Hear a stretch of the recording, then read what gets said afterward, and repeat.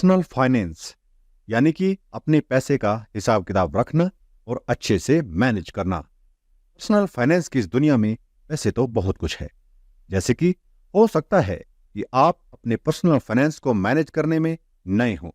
ये भी हो सकता है कि आप नई फाइनेंशियल रेस्पॉन्सिबिलिटीज ले रहे हो सकता है कि आप अपने आप को इस मुद्दे पर रिफ्रेश करना चाहते हो।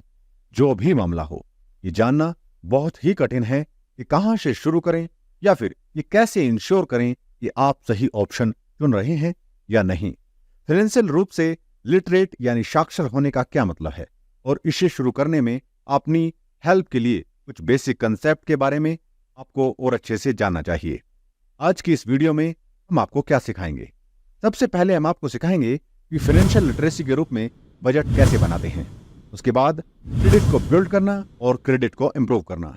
हर नंबर पर हम बात करेंगे सेविंग करने के बारे में, और चौथा हमारा प्रायोरिटी होगी उधार लेना और कर्ज चुकाने के बारे में। और last but not the least, investing करने जैसे कंसेप्ट के बारे में हम आपको बहुत कुछ सिखाने जा रहे हैं। तो चलिए टाइम को वेस्ट ना करते हुए बने रहिए इस वीडियो में। मैं हूं आशुतोष उपाध्याय और एक बार फिर से आप सभी का स्वागत करता हूं आपके अपने YouTube चैनल एजुलॉजी पर। व्हाट इज फाइनेंशियल लिटरेसी, यानी कि फाइनेंशियल लिटरेसी से आपका क्या मतलब है। फाइनेंशियल लिटरेसी की बेसिकली अंडरस्टैंड करना होता है कंसेप्ट को। फाइनेंशियल लिटरेसी का मतलब होता है कुछ ऐसे कंसेप्ट को अंडरस्टैंड करना, जैसे कि बजटिंग यानी बजट कैसे बनाते हैं, बिल्डिंग एंड इंप्रूविंग क्रेडिट्स यानी आपके जीवन में आपको क्रेडिट कैसे बिल्ड करना है और उसको इंप्रूव कैसे करना है। उसके बाद आता है शेविंग, उसके बाद बोरोइंग, और सबसे लास्ट में आता है रीपेइंग डेट। में अप्लाई करने की एबिलिटी ही फाइनेंशियल लिटरेसी कहलाती है। यदि आपका गोल फाइनेंशियल रूप से सक्षम बनना है तो फाइनेंशियल लिटरेसी उस गोल का सबसे पहला स्टेप हो सकता है। फाइनेंशियल लिटरेट बनने का बेसिक मतलब यह है कि हमें कुछ बेसिक कंसेप्ट को सीखना होगा, जिससे हम इस बारे में एबल हो पाएंगे कि हम और अच्छे से डिसीजन ले सकें हमारे पैसे को लेकर, और अपने फाइनेंशियल गोल्स को अचीव करने के लिए काम कर सकें या उनकी तरफ। फाइनेंशियल लिटरेसी की तरफ बढ़ने के लिए कोई भी गलत समय नहीं है, और इसमें हमेशा सीखने की जो गुंजाइश है वो बनी रहती है, स्पेशली पर्सनल फाइनेंस के मामले में। जितने ज्यादा आप फाइनेंशियली रूप से लिटरेट बनते जाएंगे, उतने ज्यादा अच्छी तरह से आप एक्शन ले पाएंगे और अपने फाइनेंशियली वेलबींग बनने की तरफ कदम बढ़ाते जाएंगे। हमारा अगला क्वेश्चन आता है, why financial literacy is important, यानी कि फाइनेंशियल लिटरेसी इतना महत्वपूर्ण क्यों है। फाइनेंशियली लिटरेट अगर आप बन जाते हैं तो आप अपने पैसे को बहुत ही अच्छे और इजी रूप से विदाउट स्ट्रेस मैनेज कर पाएंगे। नंबर 2, आप पर्सनल फाइनेंस के बेसिक्स को अच्छी तरह से सीख जाते हैं तो आप अपने गोल को अचीव करने में लंबे समय में निश्चित रूप से सक्षम हो पाएंगे। फाइनेंशियल लिटरेट हो जाने के बाद आप अनएक्सपेक्टेड चीजों को अच्छे से हैंडल करना सीख जाएंगे। ये एक अपॉर्चुनिटी भी हो सकती है और ये एक सेटबैक या डिसास्टर भी हो सकता है। इन सभी को आप अच्छे से मैनेज करना सीख जाएंगे। हमारा अगला पॉइंट आता है कि फाइनेंशियल लिटरेसी के ऐसे कौन से कंसेप्ट्स हैं जिन पे हमें बात करनी चाहिए। तो वो है financial literacy 5 concepts to know. वैसे तो फाइनेंशियल टॉपिक्स बहुत सारे भरे पड़े हैं, लेकिन उनको किसी एक जगह इकट्ठा करना या बहुत ज्यादा तरीके से सिंपल कर देने के लिए हमने इनको सिर्फ 5 भागों में बांटा है। सबसे पहले से शुरुआत करने के लिए हमारे पास बेसिक 5 कंसेप्ट्स हैं। सबसे पहले अब हम एक एक करके इन सब के बारे में कुछ अच्छे कंसेप्ट्स को जानते हैं। सबसे पहले बजटिंग। जैसे ही हम अपने फाइनेंशियल लिटरेसी को बनाने का प्लान करते हैं तो हमें अपनी हेल्दी स्पेंडिंग हैबिट्स के बारे में जानना होगा।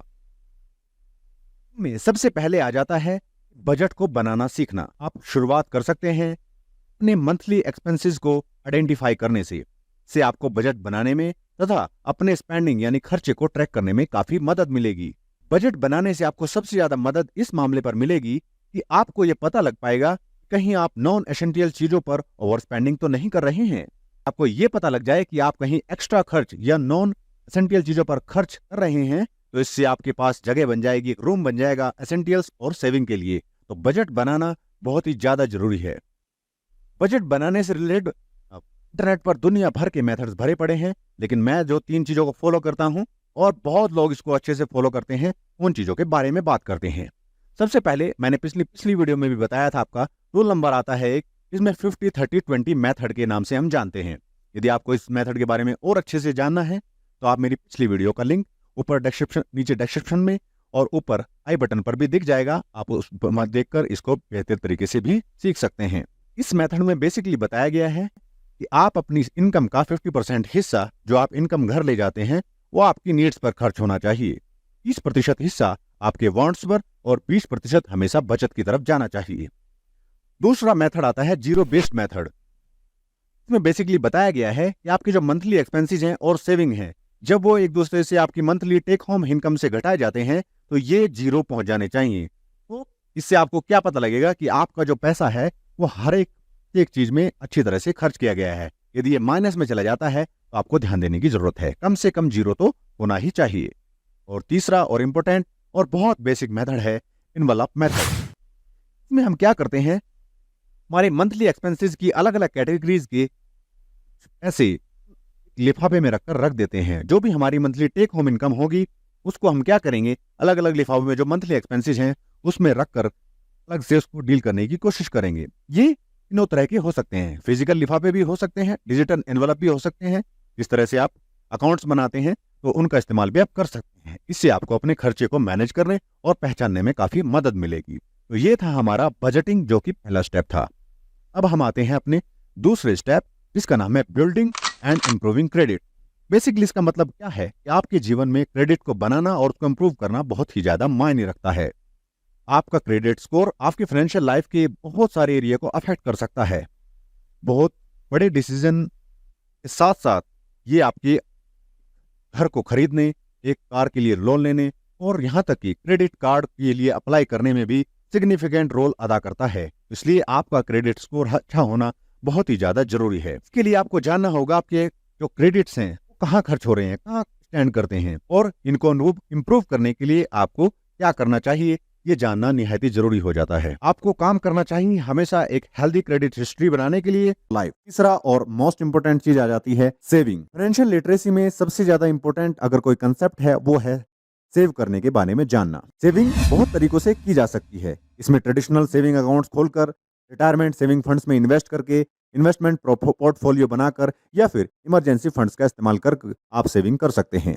आपको अपने सेविंग गोल्स को डिफाइन करना होगा और इसके लिए आपको बहुत सारी चीजें साइड में रखकर जरूरतों के मुताबिक अपने फाइनेंशियल गोल्स को बनाने में एक अहम कदम उठाना होगा। बिल्स को मैनेज करना और बहुत सारे अलग खर्चों को उसी टाइम पर डील करना सेविंग का एक अहम हिस्सा बन जाता है। आपको अपना कर्ज चुकाने के साथ साथ मनी को सेव भी करते रहना है। तो सेविंग के उपयोग ऑलरेडी अपने चैनल पर डाल रखी हैं। यदि आप और अच्छे तरीके से और बेहतर तरीके से उन सब चीजों के बारे में जानना चाहते हैं तो नीचे डिस्क्रिप्शन में आपको लिंक मिल जाएगा सभी वीडियोस का, आप उन्हें जाकर भी देख सकते हैं। अब हम आते हैं आज के अपने चौथे concept, borrowing and repaying debts, मतलब कर्ज लेना और उसको किस हिसाब से चुकाना चाहिए उसके बारे में बात करेंगे। जीवन के किसी न किसी हिस्से में आपको किसी से उधार लेने की यानी पैसे उधार लेने की जरूरत पड़ सकती है। ये किसी भी तरह का डेब्ट हो सकता है।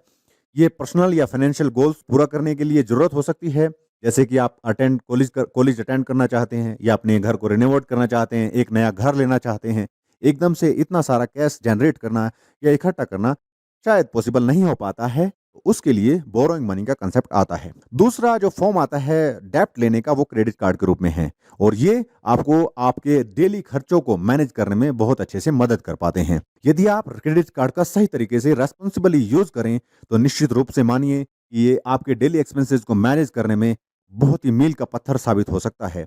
ये आपको आपके मंथली स्टेटमेंट में दिख ही जाएगा। आपको अपने क्रेडिट यूटिलाइजेशन को मॉनिटर करते रहना चाहिए हर एक महीने। आपके लोन लेने से आपके फाइनेंस पर किस प्रकार का प्रभाव पड़ेगा और इसमें किस तरह का कंसेप्ट एस्टैब्लिश होगा, एक कॉन्क्रीट प्लान आपको पहले से बना लेना चाहिए जिससे कि आप फाइनेंशियल लिटरेट होने के मामले में और अच्छे से सफल बन सकें। तो बोरोइंग ऑन रीपेइंग डेब्ट्स ये एक दूसरा कंसेप्ट आ जाता है। और अब हम बात करेंगे last but not the least, जिसके बारे में मैं आपको बात करना चाह रहा था, वो है इन्वेस्टिंग। यदि आपने ऊपर के चारों कंसेप्ट्स को बहुत अच्छे से ग्रैस्प कर लिया है और इनको अच्छे से फॉलो कर पा रहे हैं तो उनमें क्या क्या आ जाता है। सबसे पहले मैंने आपको बताया बजट, उसके बाद क्रेडिट, उसके बाद सेविंग्स और चौथा था डेब्ट। अगर आपने इन चारों को बहुत अच्छे से सीख लिया है तो अब आपको अपना एडिशनल वे जो कि बिल्डिंग वेल्थ है और सेव फॉर द रिटायरमेंट है, यानी इन्वेस्टिंग के बारे में बात करेंगे। इसके अलावा आप लर्निंग अबाउट स्टॉक्स के बारे में भी बात कर सकते हैं, जैसे कि बॉन्ड्स में इन्वेस्ट कर सकते हैं, म्यूचुअल फंड में इन्वेस्ट कर सकते हैं। ये इन्वेस्टिंग के कुछ तरीके हैं। Another type of investment opportunity can also be find, where to start. इन सब चीज़ों के बारे में भी आप बात कर सकते हैं। आपको हमेशा ये बात का ध्यान रखना चाहिए कि इन्वेस्टिंग में रिस्क हमेशा इन्वॉल्व रहता है। रिस्क फ्री चीज़ें आपको अगर सही तरीके से सीखनी है तो मेरे चैनल पर इससे रिलेटेड भी बहुत सारी वीडियोस पड़ी हुई हैं, आप इन वीडियोस को जाकर देख सकते हैं।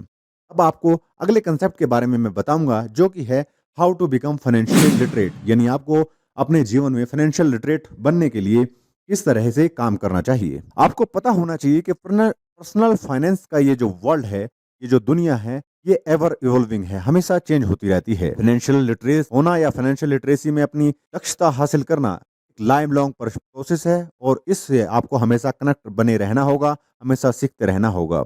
यदि आप अपने आप को फाइनेंशियल लिटरेसी के बारे में एजुकेट करने के बारे में सोच रहे हैं, तो आपको बहुत ज़्यादा फाइनेंशियल लिटरेट बनने के लिए आपको बहुत सारी ऐसी चीज़ों को चुनना होगा जो इंफॉर्मेशनल और सही यानी ऑथेंटिकल रिसोर्सेज होंगे।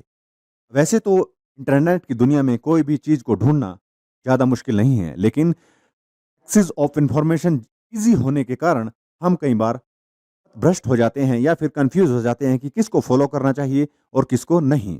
आज मैं आपको कुछ ऐसे प्लेसेस के बारे में बताऊंगा जहां आप पर्सनल फाइनेंस को बहुत अच्छे से, बहुत ही कम कॉस्ट पर, और यहां तक मैं कहूंगा कि कुछ को तो फ्री ऑफ कॉस्ट सीख सकते हैं, जहां से मैंने सीखा, और आप इस लाइफ में इस पद पर आगे बढ़ सकते हैं। चलिए बात कर लेते हैं कुछ प्लेसेस की जहां से आप शुरुआत कर सकते हैं।